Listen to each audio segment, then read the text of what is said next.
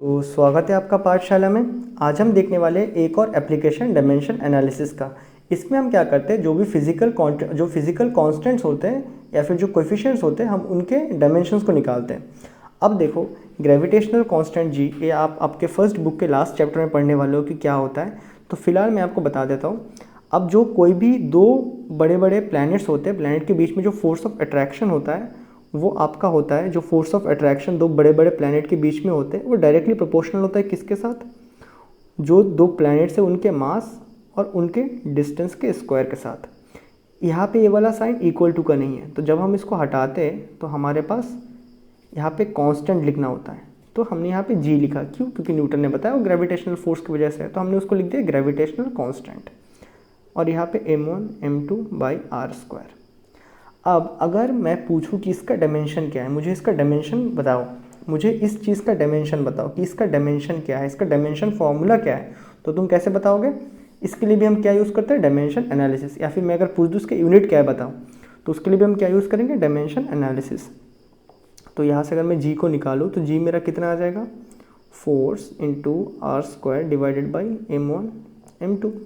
यहाँ तक बातें क्लियर है? अब देखो, तो देयरफॉर डायमेंशन ऑफ जी, मुझे जी का डायमेंशन निकालना है। यहाँ पे जो फोर्स है, फोर्स का फॉर्मूला क्या होता है हमारा? Mass into acceleration. यहाँ पे मास, एक्सेलरेशन क्या होता है? Velocity upon time. यहाँ पे अगेन वेलोसिटी क्या है? आपका फंडामेंटल क्वांटिटी, मतलब फंडामेंटल यूनिट में नहीं है या फिर क्वांटिटी में नहीं है, तो इसको फंडामेंटल क्वांटिटी में कन्वर्ट करो। तो मास अपॉन टी। वेलोसिटी क्या होता है आपका? Displacement upon time. तो ये कितना हो जाएगा? M X upon T square. अभी देखो, मास फंडामेंटल है, डिस्टेंस या डिस्प्लेसमेंट फंडामेंटल है, टाइम फंडामेंटल है, तो ऐसा फंडामेंटल में आ चुका है। तो ये हमें मिल चुका है फोर्स का। अब देखो, मुझे डायमेंशन ऑफ जी निकालना है, दैट इज़, ये क्या होता है? पहले फोर्स का डायमेंशन, तो पहले फोर्स का डायमेंशन लिख लेंगे। फोर्स का डायमेंशन, इसको मैंने तोड़ लिया तो कितना आया? एम आया। एम दैट इज़ मास, मास का डायमेंशन कैपिटल एम।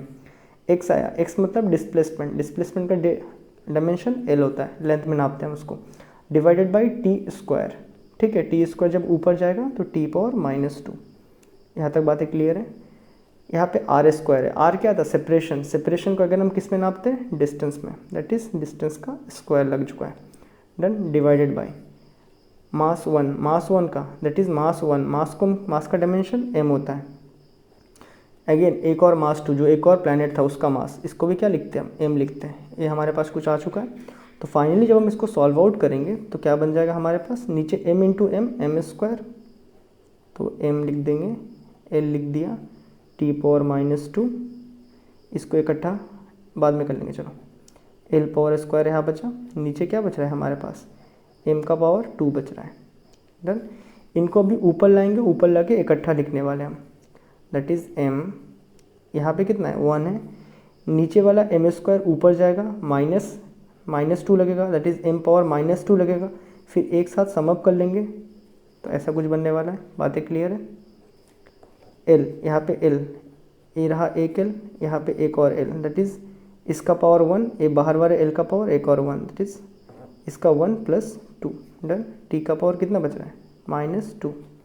तो फाइनली डायमेंशन क्या निकल के आएगा आपका यूनिवर्सल ग्रेविटेशनल कांस्टेंट का? दैट इज़ m का पावर -1, l का पावर 3, t का पावर -2। इसका डायमेंशन आ चुका है। तो आप चाहे तो इससे यूनिट भी बता सकते हो।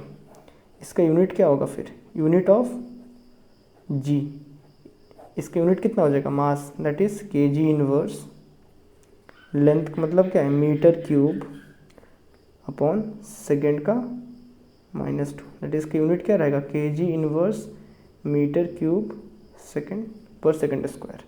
डन, ये इसका यूनिट रहेगा। तो हमने पहले भी देखा था, अगर हमें डायमेंशन पता है तो हम उससे यूनिट निकाल सकते हैं, अगर यूनिट पता है तो उससे डायमेंशन भी निकाल सकते हैं। एक और टर्म है यहाँ पे, कोएफिशिएंट ऑफ विस्कोसिटी। ये आप आपके सेकंड बुक के फर्स्ट चैप्टर में पढ़ने वाले हो जब आप फ्लूइड मैकेनिक्स को पढ़ोगे। कोएफिशिएंट ऑफ विस्कोसिटी क्या कहता है, मैं अभी इसको ऐसे ही बताता हूँ। हम लोग जो प्रेशर अप्लाई करते हैं एक पाइप में, उसकी वजह से वेलोसिटी का ग्रेडियंट क्रिएट हो जाता है। किसका? वेलोसिटी का ग्रेडियंट क्रिएट होता है। यहाँ पे जो प्रेशर था उसे हम लोग लिख देते हैं फोर्स पर यूनिट एरिया, और यहाँ पे इक्वल टू का साइन नहीं, इसको हटाने, इसको इक्वल टू बनाने के लिए एक टर्म लिखना पड़ता है, दैट इज नीटा, उसी को बोलते हैं कोएफिशिएंट ऑफ विस्कोसिटी, और यहाँ पे V/L लिखते हैं। अब देखो, तो हमें नीटा का कोएफिशिएंट निकालना है, डायमेंशन निकालना है, तो नीटा इज इक्वल नीटा यहाँ पे रख देंगे, तो L इसके साथ चल जाएगा, दैट इज F और लेंथ, फोर्स और लेंथ मल्टीप्लाई, और नीचे क्या रहेगा, नीटा अगर यहीं पे है तो एरिया और यहाँ पे वेलोसिटी। बातें क्लियर है, एरिया और यहाँ पे वेलोसिटी। तो इसका डायमेंशन निकालते हैं। देयरफॉर डायमेंशन ऑफ नीटा इज इक्वल टू फोर्स का डायमेंशन अभी हमने निकाला था यहाँ पे, तो इजी पड़ गया हमारे लिए, दैट इज mL/T⁻²। L मतलब लेंथ का तो L ही होता है, कैपिटल L डायमेंशन होता है। Area that is length into breadth, दोनों ही लेंथ में मेजर है, दैट इज L² आएगा। वेलोसिटी क्या होता है हमारा, वेलोसिटी होता है, ये देखो लिखा था मैंने, displacement upon time, that is displacement का L अपॉन टाइम T-1। आप इसको खुद से एक बार ट्राई करना, तब बनेगा है। तो इनका डायमेंशन इज इक्वल टू, तो यहाँ पे लिख लेंगे, तो mL/T⁻², डन। यहाँ पे 1 था, ये 1 लिख दिया। अब ये जो L है इसके पास भी 1 है, अगर इकट्ठा लिख देंगे दैट इज L+1, ऐसा कुछ लिख सकते हैं हम, डिवाइडेड बाय, नीचे वाले को भी सॉल्व आउट कर लेंगे। यहाँ पे L का स्क्वायर है, ये सामने वाले के पास L1 है, एक साथ लिख देंगे तो L1, और T तो है नहीं तो T⁻²। यहाँ तक बात है क्लियर।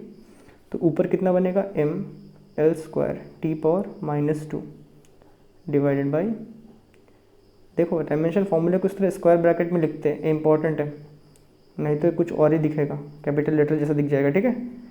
तो ये फाइनली कितना आ जाएगा, अभी सबको एक साथ लिखते हैं, ठीक है।